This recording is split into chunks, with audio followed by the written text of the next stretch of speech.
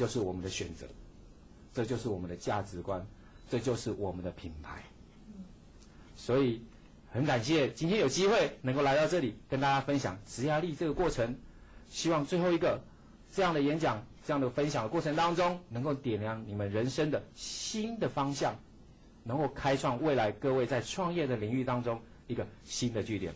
我是张立仁，也是你们熟悉的达人哥，今天很高兴为大家分享，到此结束，谢谢大家，谢谢。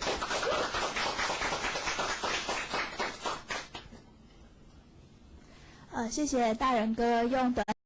或者是技术，那是什么？再来人格，这个